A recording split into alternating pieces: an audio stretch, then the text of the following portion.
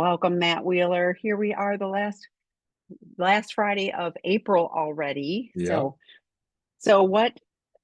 Like we blew it with the Easter one. So what socks do you have for, like maybe spring or entering summer? What do you have for us today? Or are they Well, just I fun? have no idea if you'll use these to correlate to the season. I guess they could be summer socks, but Okay. I love how you called me out for blowing it for Easter because some days I Yeah. can nail it and other days it's not even No, on it was fun. season. It's fine. But like I really thought with Oh, the amazing collection of socks, there had to be well, something with bunnies or oh carrots. no, I have bunnies. In fact, I wore bunny socks in the last week or two, but not the day we did this. So, There you go. okay, so these are mountain Oh, biker socks. nice. Yes. Looks like And Utah. yeah, well, yeah. So it totally looks like Moab, right? Which is Hmm. like mountain biking Mecca. And I Hmm. mean, these socks are like chock full of design.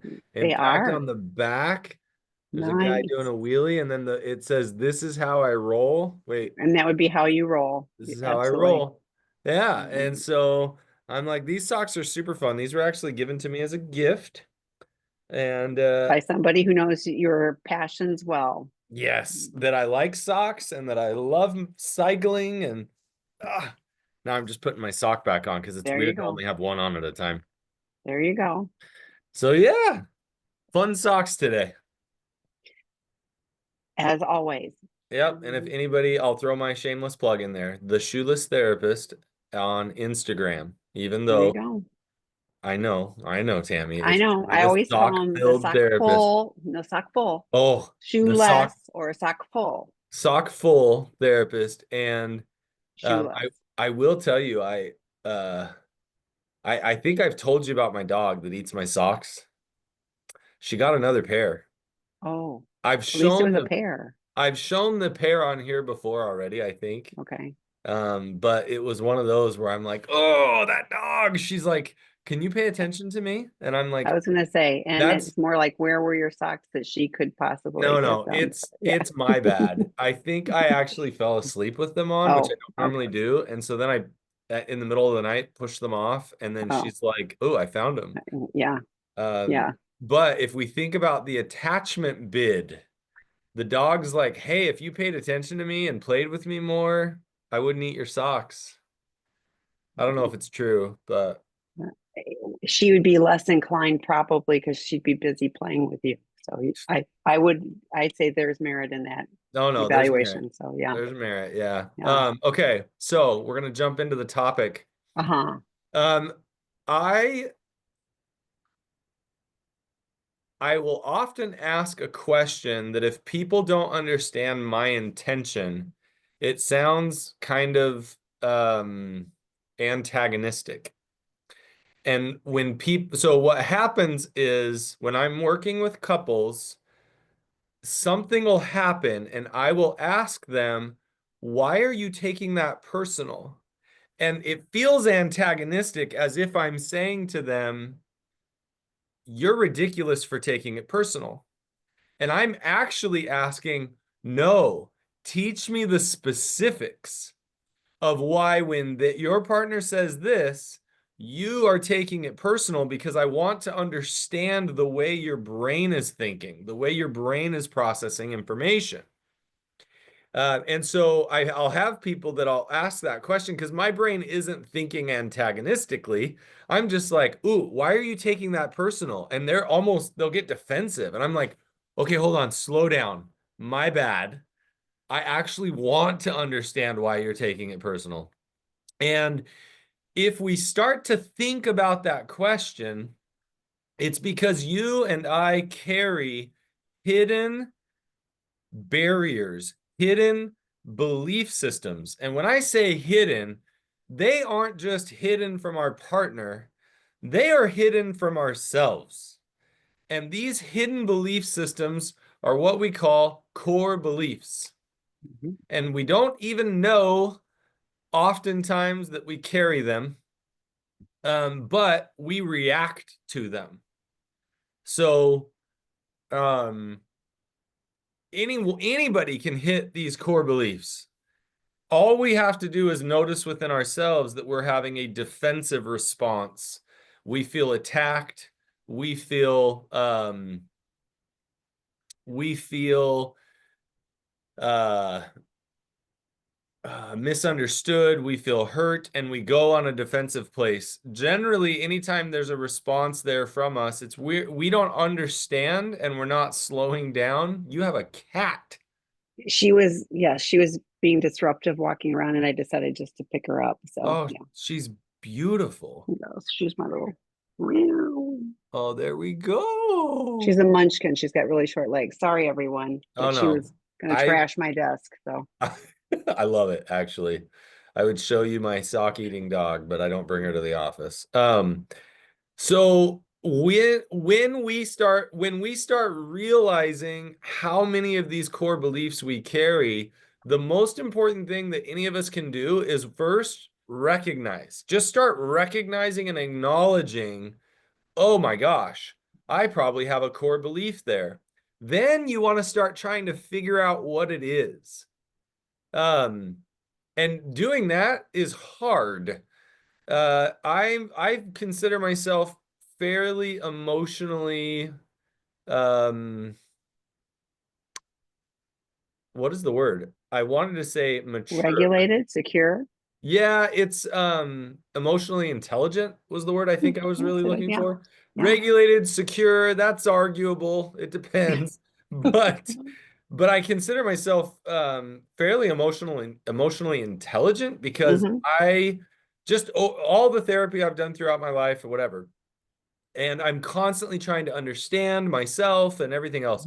And to be honest, I was sitting in therapy this week and got my own personal therapy this week and got slapped up beside the head with a core belief and a very interesting way that it presents itself. I think for the rest of our lives, we can sit and explore and understand ourselves better. And as we do, we are less likely to react poorly.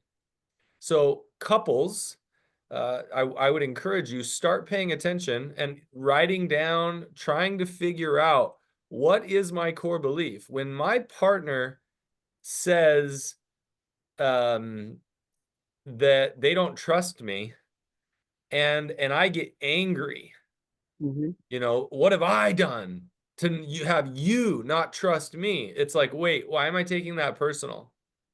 Oh, I've spent my whole life trying to be a person of integrity. And when it sounds like somebody's questioning my integrity, I'm angry. And so my core belief is no one should feel like I'm not trustworthy because of how trustworthy I am. As if, okay, so the faultiness to that is as if them not trusting me has anything to do with me. What's going on for them that they don't trust me right now? And as I learn to understand and slow Hmm. down those core beliefs, I can learn how to react differently. Plus, I don't take it personal. I can learn more about the person who's speaking, my partner, my child, my friend, whoever it might be, and I can say, "Oh, that's an interesting thought. You don't trust me. Oh, tell me more." But boy, does that takes a lot of slowing down and understanding yourself, understanding myself in order to do that. So I know this isn't the longest educational piece I've No, but I've got some questions about that because it's like, so I was trying to think, should we ever take something personally? Like, does that serve us? I don't know. This is a question. So, I really like that question because I don't think there's anything wrong with taking something personally because it tells us something about ourselves, right? Like if somebody says something and I feel hurt and I'm able to hold that hurt, well, that really hurts. And it tells, oh, well, I can't believe you would think that about me. Taking it personally, I would argue, is not the biggest problem. The biggest problem okay. is how we react. Okay. Right? Because if you say something to me and it hurts my feelings, I can take it personal, but can I sit in it long enough and respond well enough to where I can be like, "Hey Tammy, can you tell me a little bit more about why you said that?" And then if I can do that, I take it personal. It shows I have a heart. It shows I care, right? But if I can hold that space long enough, I can learn more about you, and then you and I can have a conversation, and I can say, "Hey, maybe you didn't mean to, but you actually hurt my feelings." But why don't you tell me more about what's going on for you? Why would you say such a thing? Whatever. So I would say the idea that any of us could get to a place where we don't take things personal seems Unrealistic. that would Impossible. put it the Yeah. kindest way possible. I was going to say like ridiculous, like Yeah. heartless. Yeah, I was like, because I was thinking, should I never take anything personally? And I'm like, I don't know how I would do that because there are always going to be things that ping up against something.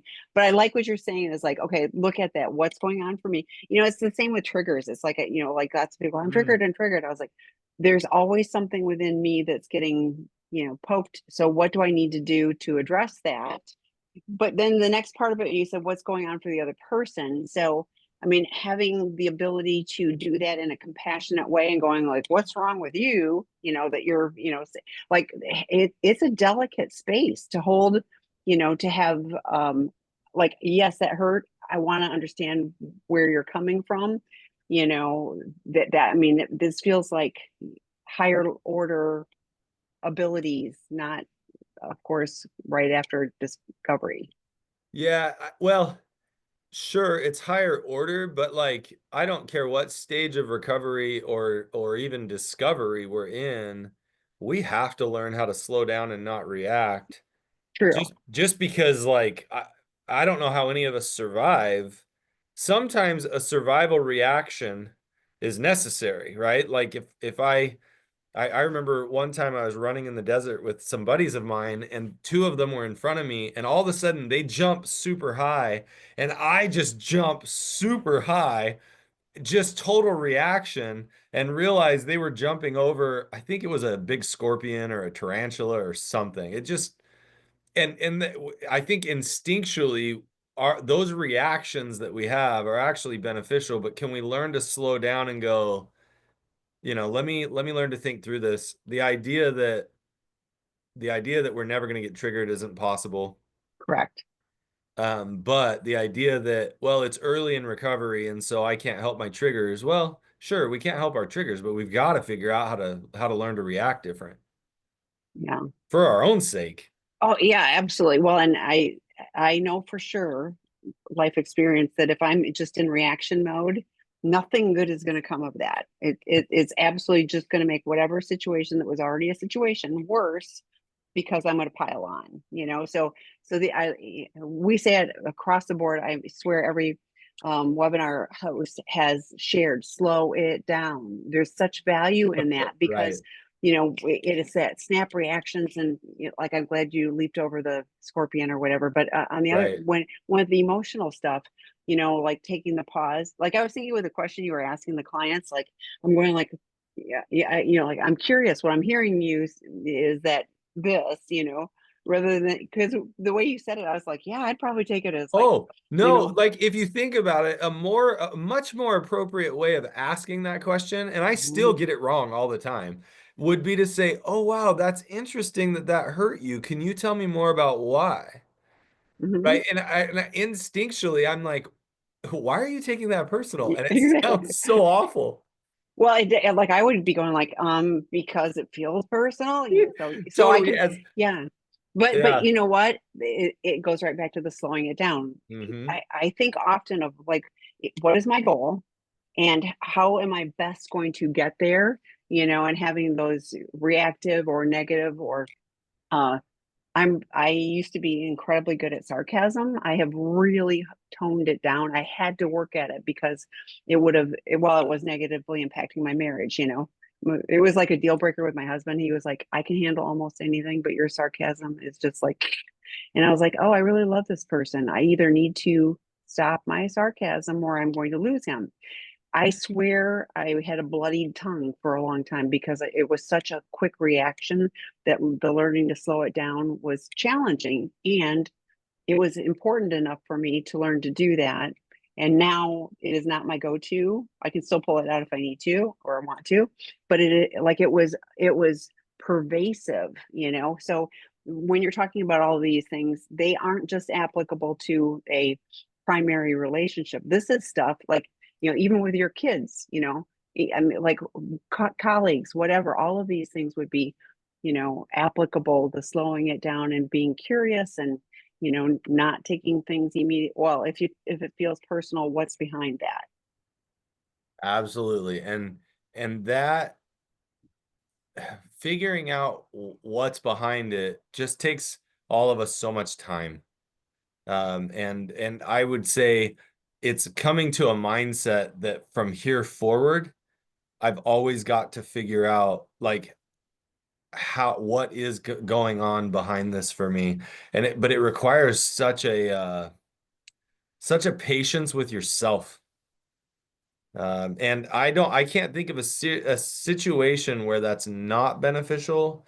Maybe there's times, and you know what? I probably have had times in my life where I spend too much time thinking about it, and I need to react quicker to get myself out of a situation that isn't healthy.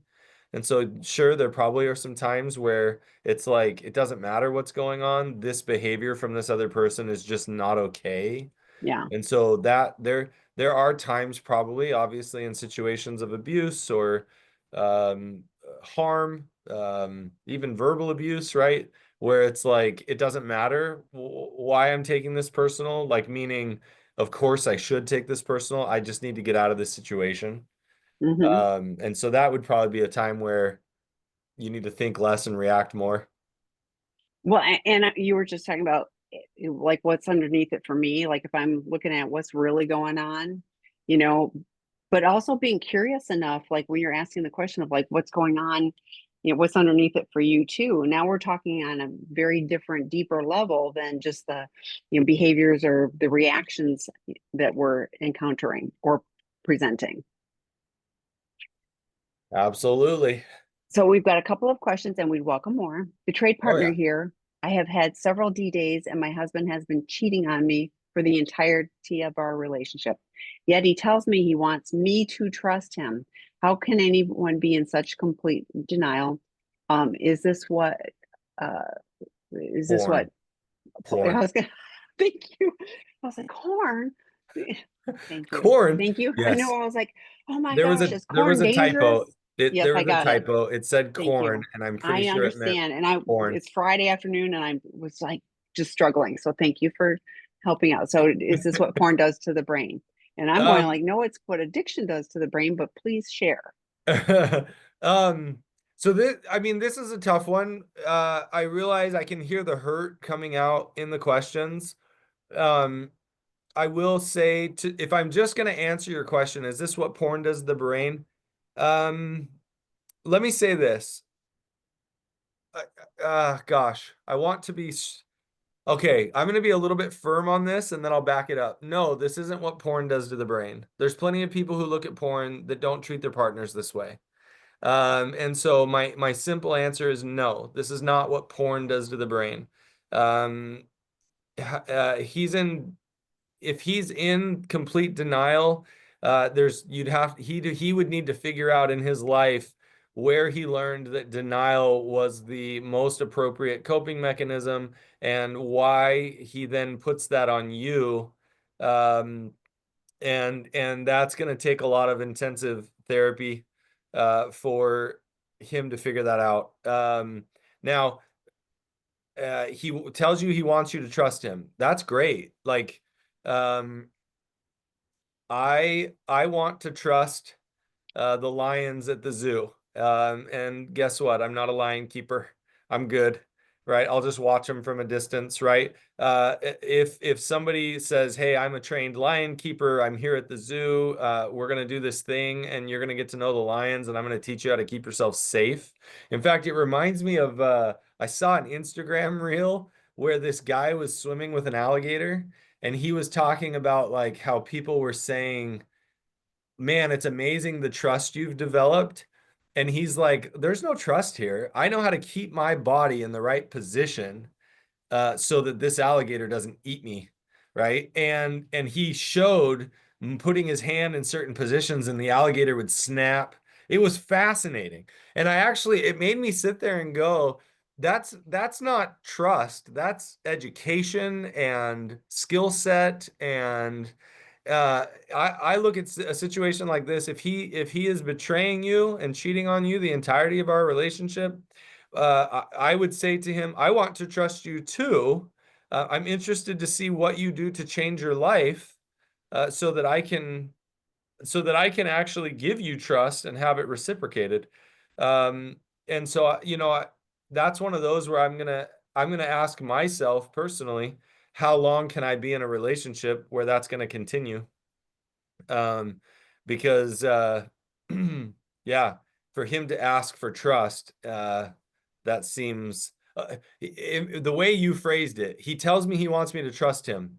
That's awesome. I want $1 million. That would be really cool right now, like in my office. Like it's like cool. You can wish for what you want all. What I would rather do is try to earn my $1 million by booking clients and investing wisely and doing things that actually work instead of empty promises that or wishful thinking. So I don't know, Tammy, was that too strong? Yeah, no, I agree with you. I mean, I have lots of I was talking to an addict partner not too long ago, a couple months ago, and he's like, my partner doesn't trust me. She's paranoid. Like he even used she's paranoid. Oh, And I said interesting. it's not paranoia if she's got no reason to trust you. So and he was like taken aback and I was like, you are, like you have not done anything to it's not safe for her yet. So I'm with Matt. It's like, what is he doing with his actions, not his words,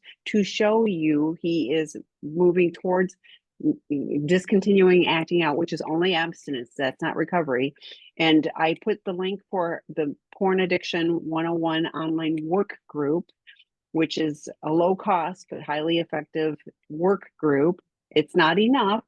I had a partner that said, well, he attended one of our work groups and he still acted out. I said, what else was he doing? Nothing. Yeah, And it's just a he wasn't even like sharing, he wasn't participating. He just was like checking the box of like theoretically being online at that time. So it's what are his actions showing you that would help you develop trust. Dr. Rob says trust is rebuilt over time based on the actions of what he's doing that will show you that he's working to Yeah. do things And differently. there's plenty of partners I've worked with who I've had to encourage them, you need to show more trust, right? Like there are plenty of times that I've done that. But it's also when I'm in a situation where I know both of their recovery and I'm able to say, hey, I want you to recognize there's a lot of effort here and there's a lot of good work that's been done. And I have challenged plenty of partners that, hey, I get why you're scared and it makes sense to me. And you could get risky and lean in and give more trust, and he could hurt you again, which is really like unfortunately part of the process. But so there are plenty of times where I'm encouraging partners like you need to get vulnerable and trust, but I'll tell you, I'm not going to tell a partner to get vulnerable when there's nothing showing that that vulnerability will be handled and received well. So please don't misunderstand. This isn't giving partners a pass to not get vulnerable, to not show trust. In fact, I would argue there's a lot of partners who are scared and aren't showing enough trust soon enough. At the same time, how it's hard for me to know when that is, right? Everybody's got to figure out that really scary place. And it is not an easy process. And most of the time, I'm going to tell my partners, you're going to get hurt as you expose and give trust, and part of that is going to be the learning process of how the two of you figure this out. So I hope that makes sense. I don't want to put it in this space where we're trying to say that somebody who has made some terrible mistakes has to be 100% perfect before they can Oh, no, receive trust. no. But I can totally see where when somebody doesn't appear to be doing anything to build trust, I wouldn't give it. Yeah, and that's what I'm saying. What are his actions? Because Right. what I'm reading is we've had several D days. He's cheated the entire, and when you've had several D days, that means you had one, and then, things didn't change then. Mhm. So what would be different after this last D-Day? And if you are seeing that he's leaning in, in 90 12-step meetings in 90 days, has a sponsor working the steps, not just going to meetings, going to see a qualified professional, great. Then that would start to build a little tiny bit of, a seed of trust of like, okay, I see that he's doing that differently. Instead of lying about something, or if he lies, he comes back to you and says, what I said to you, that wasn't the full truth. So I want to, like, all of those things, our friend Troy Love talks about the trust jar, and what is he doing to put marbles in the trust jar? That's, and unfortunately the jar can get emptied pretty easily too. If it's, a really egregious thing, that all of the marbles might be gone, or maybe one left, but if it's like a lesser infraction, then perhaps it's like some of the marbles come back out, but it can be rebuilt. But I think for partners who are paying attention to the actions, you're going to see, oh, that's different. I am going to lean in. I'm going to give a little bit of trust. And yes, in any human relationship, I don't care whether it's primary where it's been betrayal, or work colleagues or friends or in-laws or whatever, they're messy and there will be some hurt, but hopefully there's, you're seeing more positive and more joy in the connections that you are making. So hopefully that makes sense. So the next one is betrayed partner over a year from D-Day. Any recommendations for rebuilding intimacy in addition to Panos? I know Sense8 Focus has been mentioned, but is there a specific book or podcast? Yeah, I wish I actually had I have well, I'll give a bit of a long answer. And my immediate thought is that I don't have a quick book or podcast. I wish I did. Um, so I'm assuming we're talking about sexual intimacy here. Um, so first of all, congratulations on getting to a space in your relationship where you're recognizing the importance of rebuilding sexual intimacy. Like that is so awesome. And if you think about it, we just were talking about trust. Sexual intimacy and rebuilding that relationship requires a tremendous amount of trust, and it shows how much work that the two of you are doing. And so that's fantastic. Good job to both of you. Sensate Focus can be a really good method for like slowing down and understanding how we're being impacted during the sexual experience. As far as books, I'm trying to think if there's ever a time that I don't recommend this book first. This book is so powerful, but it's not specific for like sexual addiction recovery. The book is Come As You Are by Emily Nagoski. The reason I love this book is because it helps us understand um, how sexual arousal happens, especially in women.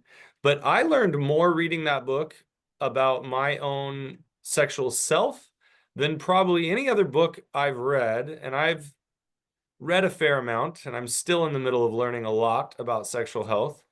But that book is phenomenal. And so, in some sense, I almost recommend you guys read it separately and take notes and journal and try to learn as much as you can about yourself. You could read it a second time, and actually the whole time, the second time through, try and see if you could understand your partner better. Read it a third time together and talk about all the things you've learned and understood. One of the things I love about what she does is she gives an analogy of um, the sexual arousal system as like a brake and an accelerator. You have, um, like thinking of it like you're driving a car, and too often in our culture, if somebody isn't sexual enough, it's like, all right, well, let's push on the accelerator. Let's put more on the gas pedal. And she does a great job of helping people understand that your biggest barrier for sexual health in a relationship is usually what's pushing on the brakes. And so another word that I'll use that I actually think is more appropriate um, is that the biggest killer of sexual arousal in a relationship is pressure. And so anytime someone feels pressured, and it can be for any reason. I'm pressured, because I'm worried that people can hear us. I'm pressured because Mm. we have to leave in a certain amount of time to get somewhere. I'm worried that the laundry in the dryer is going to get done and be wrinkled, right? It can be, I'm worried that I'm not going to perform the way my partner wants me to perform. I'm worried I'm going to take too long. I'm worried I'm going to not take long enough, right? What all of that are just some very simple ideas of pressure. And so if we can start to understand what are the things that I'm dealing with that's pushing on the brakes or that is giving me pressure in my mind, what are the things that are doing it for you? What are the things I'm doing to put pressure on you? What are the things you're doing to put pressure on me? And we slow that down and really start to pull apart and understand the various things that are creating pressure. And so a lot of times I'll give people assignments like, I'll say like I was just working with somebody the other day where they were saying, for instance, my partner can't just cuddle. It always has to be sex, right? And I'm able to like say, okay, why don't you guys try like cuddling, and as soon as you feel pressure that it's going to turn to sex, bring that up and vocalize it. See if there's anything that happened or if you're just feeling it. Well, then vocalize it. Start talking about it. Or if, for instance, they put their hand on your leg, did that suddenly create pressure? And if so, that's where we start to slow down, and that's where a lot of the sensate focus might come in, where it's like, hey, you put your hand on my leg, and the story I'm telling myself is that you're just going to slowly start moving to other parts of my body. Can we just sit with this and just let me enjoy us cuddling and you putting your hand here, and I'm going to work on letting go of feeling like that's where it's going to go. Now it requires, for the partner who has a higher desire, so the higher desire partner often has to learn to get into a space where we can put ourselves in situations that are going to feel sexual, and I have to be okay that I might feel rejected, or I have to be okay that it doesn't lead to sex. So the higher desire partner often has to recognize that I may feel myself getting aroused. And for instance, one partner might say, hey, if I feel you getting an erection, I'm not going to assume that means we're having sex or that you're expecting it. I'm going to just let that be and be okay with it. So I'm going to allow myself for you to have a physiological response and not feel like I need to follow through with anything.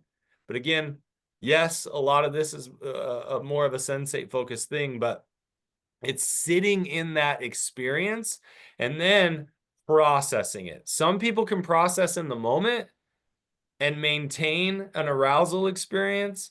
Some people have to be like, let's not talk about it at all. And then afterwards, we decompress. Hey, what worked there for you? What didn't? Was there anything there that triggered you? A lot of partners, this is one reason why I don't love, no, that's not right. One reason why I've struggled over the years with a lot of information being shared during disclosure is it can affect the sexual relationship because of imagery that's coming into the partner's mind, and some simple things that can be done there. And these are just basic, right? Like you've got to long-term work on these things, but sometimes keeping our eyes open, sometimes changing positions, sometimes telling our partner, I'm really triggered. Can we pause for a moment? Right? And just slowing down those experiences and walking each other through them can be super helpful. But I do suggest starting with the book Come As You Are by Emily Nagoski, and really see if we can understand deep down how both of us developed our sexual understandings and like what influenced us sexually. I do a questionnaire, and I'll do this separately, but I do a sexual history questionnaire with my couples but I don't let them share the history with both of them in the room. Um, because I want to be able to ask questions and dig in and get as much detail as I think might be helpful for both of them without the other person feeling pressured to say a certain thing or whatever. But I'll do a sexual history questionnaire and try to understand what led to all of their attitudes and beliefs around their sexual selves. And that's a process. I mean, that's not only a list of questionnaire. I think it's close to 2 pages. This questionnaire that I'll do, but in addition to that, it can take multiple sessions just to go through one person's history up till the present date. Well, as a couple, if I don't understand what's got me to this point sexually, it's really hard to change the sexual relationship in order to create the safety that we're both looking for. And so both of us need to be doing that work. That's why it's very much a couple intensive process. Anyway, Tammy, that was long. No, I got a lot because I was like this is almost like your sexual core beliefs, that you're Oh trying to get yeah. down to. Yeah, and I was also thinking, I bet for lots of people, this is the first time they're having really candid, looking at their behavior, their beliefs, all of those things, individually, but then of course as a couple. But even and I would like you to, because we just kind of talked about sensate focus.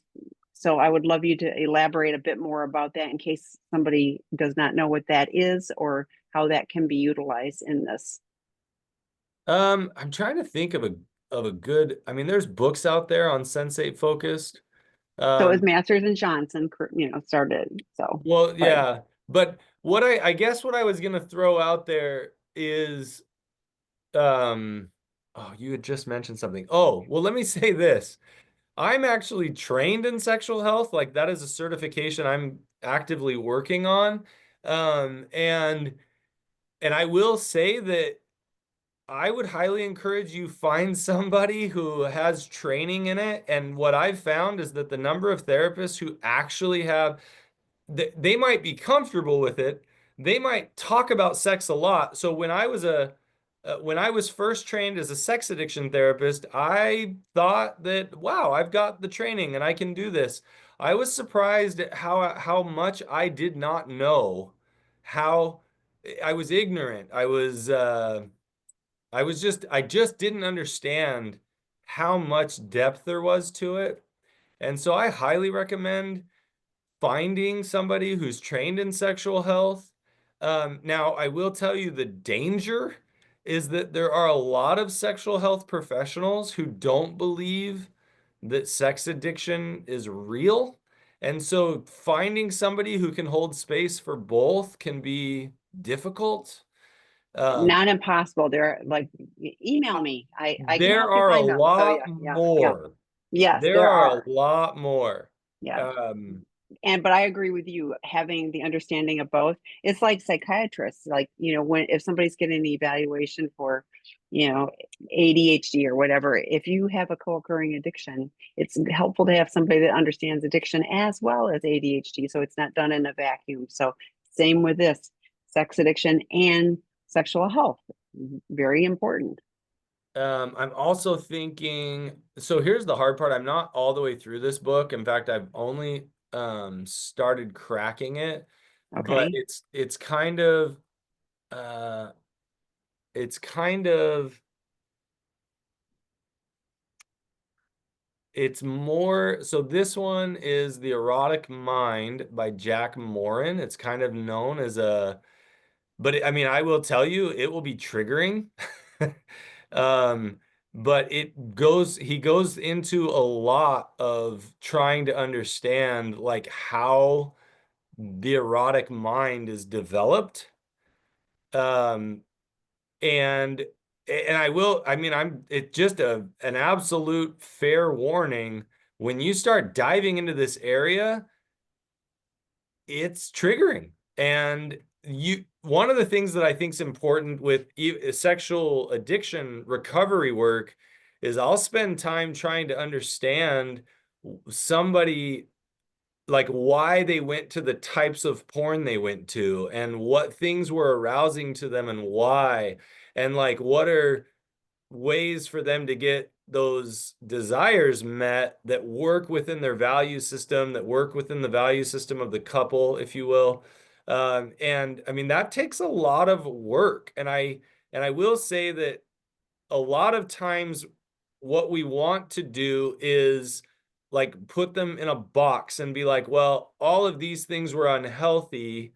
And so you just need to stop these things and figure out how to have, a very specific type of sexual relationship that maybe your spouse determines as good and healthy.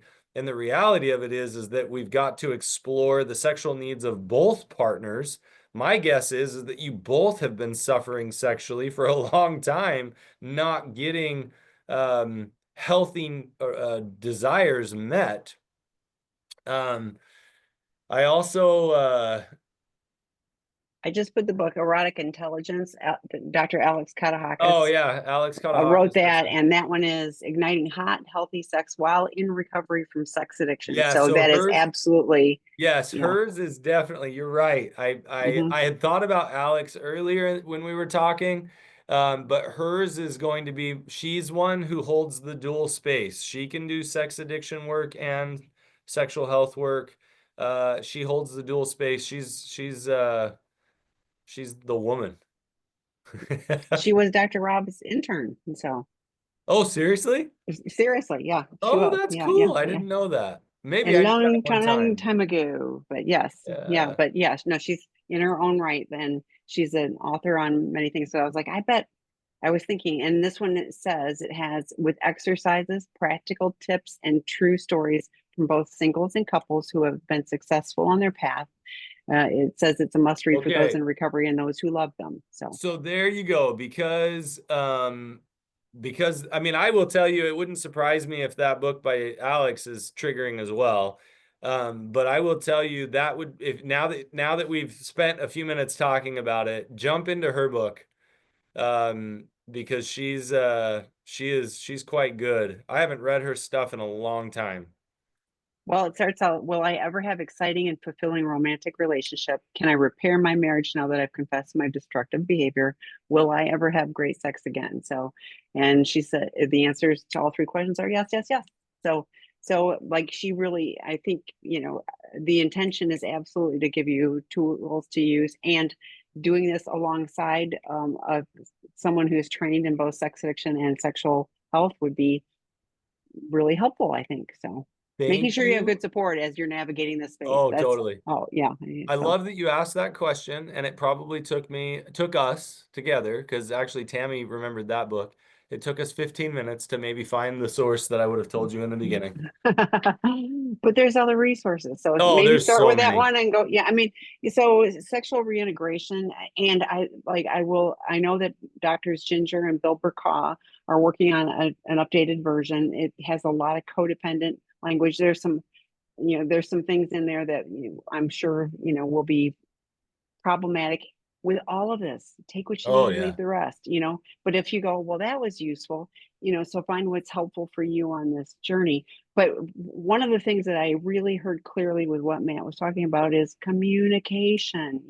As you're doing this, it's communicating what is it I'm looking, what am I fearful of? Whatever it is, and I think it's one of those things where I think probably most couples don't, but particularly couples that are at this um, delicate, point, probably have a lot of fear about communicating what's really happening. I think that's why Sensate Focus Touch is a good starting place too, because Yeah. you're owning, like, yes, I like it when you have your hand on my leg. No, I don't like it when I don't like having my neck rubbed, whatever it is that's truthful for you, or this is good and we want to stop here, or there's an intention of like, we're gonna we're going to sit on the couch next to each other. We're going to hold hands. That's whatever it is, but you're communicating and having, the expectations of that without we're going to have sex, when sex comes in many things. So we're going to have intercourse. I'll be blunt. So it could be useful too. So. Other questions? Yeah, we got some time for a few more if anybody wants We to throw any do. out there. Yeah. Yeah. I mean, this is all, and I love it when couples are to a point where they're looking to, move forward in a different way. Because, we talk often, you don't want to have sex with somebody you don't trust. So this feels like we're bridging the gap for that. It's interesting how many couples, and I'll hear this, like people will say to me, is it okay if I keep having sex with my partner when I don't trust them? And my response is, does it work for you? Right? And if you can do it and it's fine, then keep having sex. Like that's up to you to figure out in your journey and in your process. Like I think people can be having sex with their partner for different reasons. And if you feel that you can do that, then go for it. What's interesting is a lot of times people will say to me, I want to have sex with my partner, but I don't want to send the message that everything's okay, that everything's repaired. Then my push is, well, then what would it be like to tell them that? I'd like to have sex, but I don't want you to think that things are okay and that we're all repaired. And have that conversation. Figure out what works between the two of you. Uh, Sometimes I worry people wait too long to try and figure out their sexual relationship. Um, and what I mean by that is like every one of us has to figure out how long we need to wait, if that makes sense. But it's as if, well, because the area that was injured was was of a sexual nature, that we have to wait until everything's perfect in order to be sexual. And it's like, no, you can have sex within your value system whenever you're ready. Um, and sometimes it's a matter of communicating. Like, I just want to have sex, and I even if I don't feel close to you right now, are you okay with that? Like, and if the partner's not, they say no, right? Like it's like learning to have these conversations about where you are. I think a lot of the times just being honest about where we are can build trust, right? Like, I'm not feeling particularly close to you, but I would enjoy having sex. Is that something you're interested in? And that honest communication can do a lot in the relationship. So, How often do you have with a couple?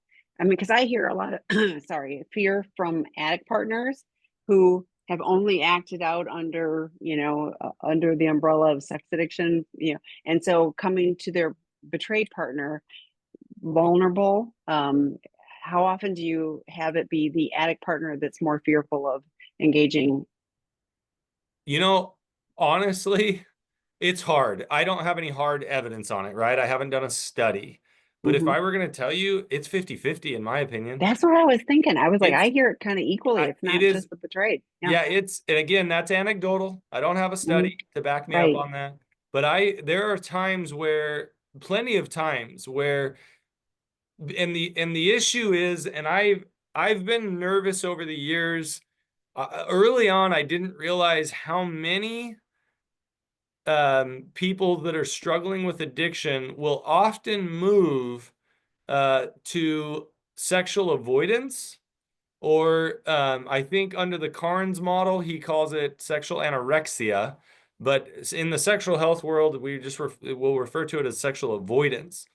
And I would say there's more people than I realized who will use sexual avoidance as a way to achieve sobriety. Right. And they get super nervous. Their fears, their pressure is, if I allow myself to be a sexual being, I'm going to lose all control and go back into my acting out behavior, which is not accurate. Like, if you actually Correct. learn how to express yourself sexually in a way that's morally congruent with your values, and you're working with your partner on figuring that out, you often relieve that burden. In fact, it's amazing to me how many people will come in saying, I'm a porn addict. And I'm like, no, you're not. Like, you have behaviors that show up that look incongruent, but your level of acting out is not to the degree that would be clinically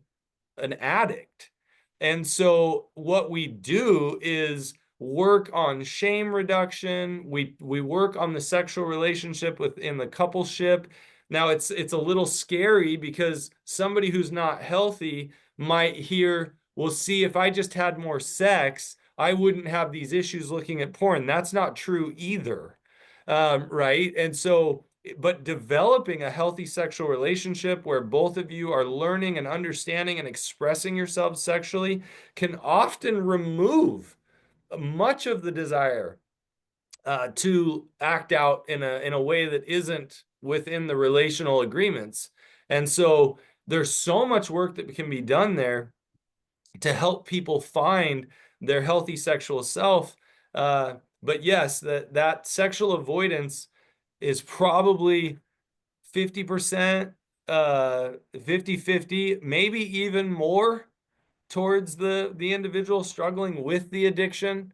It's not uncommon at all for a spouse to come in and be like, man, no one would have ever thought that he or she's a sex addict because uh, they don't want to have sex with me. And people would be like, oh, I think porn messed them up. And it's like, I don't think that's it. It's oftentimes if I can manage, if I can just not be sexual and I can shut that down, then I can stop hurting my partner.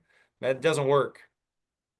Yeah, well, so much good in what you were sharing too. But I was thinking though, it's like an eating disorder. You go, well, then I'm just not going to eat, and then I'll be, and like, no, it doesn't work. We've talked often, with our program that somebody will go, well, I'm 10 years sober from sex addiction, and they haven't had sex in 10 years, Oh and yeah. they may be in a Oh, committed relationship, and you're going, that's not the point, well, and with substances it is, but And not with these occasionally things. it'll blow me away. Like I will honestly get shocked all where I'm working with this couple and they've had this disclosure and all these things have happened, and I'll find out that in their personal sex lives, they haven't had sex in 10 years. They haven't had sex in 20 years. And I'm like, huh, like there's no doubt that these behaviors were not okay and very damaging to the relationship, but can we just look at the fact that you have a dead bedroom, right? And a dead bedroom is 13 times a year or less. So Mm. think about that. A sexless marriage is 13 times a year or less as a sexless marriage. So we have to factor that in when we're looking at someone's history, and we're never blaming, right? There's never an excuse to break the relational agreements, but we can look and go, oh, well, that helps us understand the picture a little bit better, right? If you guys haven't been having sex for a decade, well, when did your acting out start? Oh, you started acting out 7 years ago? It's like, oh, well, and again, there's no blaming here. We just want to understand the history and then figure out, well, how do we help you guys have a healthy sexual relationship? Which again, a sexual healthy relationship doesn't solve the problem per se, but it certainly can help assist in the recovery process. Yeah, well, and to your point, it could be the sexual acting out started 13 years ago. So, Oh, so absolutely. what I hear you saying is we're gathering the data and we're just going to look at all of this, Exactly. judgment free. We want, Mhm. it could have been like we've been married 20 years, and it's one of those where Yeah, he was acting out before we ever got into the relationship. So all of those absolutely. factors, but just having that information and unpacking that would be helpful. And So, and somebody put a comment in that is exactly what you're just saying. Most bedrooms go dead because of acting out. Now, I don't know whether I can say most or not, but here's the right. interesting piece. What I do know is a lot of times when people start acting out, they start feeling maybe embarrassed or ashamed, or they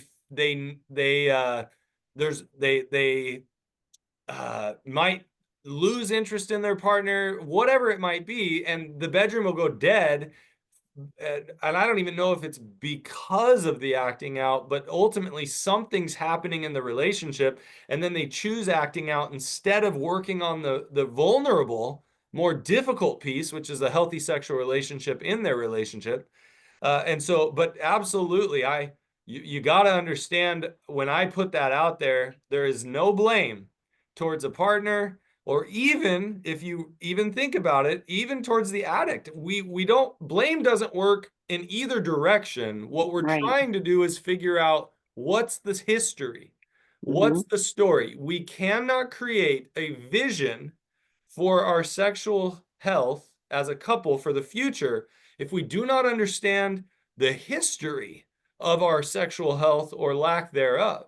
So if we're going to create a shared vision for sexual health in our relationship moving forward, we have to understand what happened.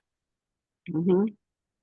Okay, so there's a question. After I saw the kinds of porn my husband was watching, my brain got totally messed up.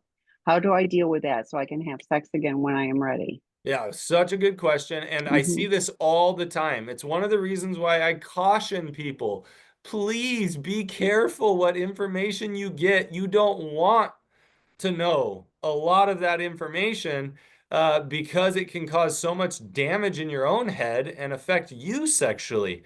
But people might think that I'm like trying to help somebody hide something, and I promise you I'm not at all. So let's just say uh, the answer to this is going to be several things. You're going to need to probably work through that trauma of having been introduced to things sexually that you weren't interested in being introduced to. Sometimes EMDR can be very helpful to work through and change some of that imagery. Sometimes you need to kind of come to a sense of understanding that there's a massive world of all sorts of sexual things out there. Sometimes we start to develop these belief systems like, how could my spouse ever want me if they wanted that? And that's not a healthy belief system because that's not true. It's interesting why people look at the porn they do. I don't know that it would be super helpful to talk to your partner about why they got into that type of porn, but there is work that can be done, and I personally would recommend things like EMDR. I would recommend things like that conversation during sex to, or I guess you're saying when you're ready, um, the conversation leading up to and during this time while you're preparing, just to say, hey, can I talk about what gets stuck in my head and how it's most likely there's core beliefs going on, like what if my partner's thinking about things like that while we're having sex? Well, that's a question I would say is great to talk about. Hey, do you ever have fantasies and think about other things while we're having sex? And if you do, what does that mean for you, right? Because there is this idea that, like, is fantasy bad, right? Like, is there something wrong with having a fantasy? Now, I can appreciate as a partner, it's like, hey, if you're not thinking about me, that doesn't feel very good, right? And so we have to talk about as a couple, like, what's going on between us? What are our thoughts and expectations? What's healthy reality? So there's a lot of work there. Hopefully that gives you some ideas. Yeah, the trauma work when stuff is getting stuck is, can be really helpful to help process that. I always hate when partners have too much imagery. It does get stuck. Okay, so our last question, betrayed partner. How many people get married thinking that they'll do better and stop acting out? I assume the addict partner, leaving the betrayed partner wondering why they are not desired. Um, how many people? Obviously, this is impossible for me to answer. Again, I don't really have a study. Yeah, it's fair. I've seen it. It's common enough that somebody comes in. So, and this is the thing that I've done a lot of work trying to help betrayed partners understand that one reason that you can learn not to take it personal is that your partner came into the relationship with a whole sexual history and education and understanding. And sometimes they come in thinking, well, once I get married, I won't need this anymore. And a lot of the times, I would say almost always, they believe that lie. They're not trying to lie to you. They believe it. Well, when I get married, I can have sex whenever I want, and so this won't be a problem. And it's like, no, that's not how this works. And that's assuming that sex or your lack of it was even the problem to begin with. Besides the fact that just because you're married doesn't mean that your partner wants to have sex whenever you want. Um, so uh, it is something that I've seen frequently enough to know it's an issue. But I've worked with plenty of people who didn't start acting out until after they got married. And so it can really go either way, and it's a matter of really just understanding what went on and how can we work together to navigate that. Again, not easy, but hopefully that helps a little bit. Well, and I've seen partners that like find out, like he says something, I'm going to use he and she, he says some form of, like I've had this problem or whatever. And they're like, okay, thanks for letting me know. And now we believe that because we're going to be in this committed relationship, it's going to be better. So a lot of this is nobody knows about this stuff until you have to. Nobody knows or understand. Nobody expects to have to deal with this stuff. Yeah. Yes, Yeah, education, but who's I going to go remember, look into this stuff before you get married to your partner that you yeah, love so much? So, I've had so many people talk about like, well, we talked about this before we got married and I feel lied to. I mean, if I'm going to put that out there, I remember telling my wife before I got married that I had had some sexual abuse that happened to me. And so the idea that, oh, well, I was honest, that gave her or me any idea of what we were up against to find for me to work through my healing and how that affected our sexual intimacy. I mean, there's tons of couples who talk about it, but the truth is that we don't know until we get there. And whether it's sexual abuse, whether it's sexual compulsivity, whatever it might be, unfortunately, the sad truth is you can know all the information and yet you still don't know what to do until you guys start working through it for whatever reason through healing. on that note, we're going to end. We want to help you be part, or we want to be part of your healing process. So, Let's do it. all right. Thanks, everyone. Thanks, Matt. We appreciate the questions. Bring them back. Bring more questions next time. Bye, Yep. See everyone. you guys.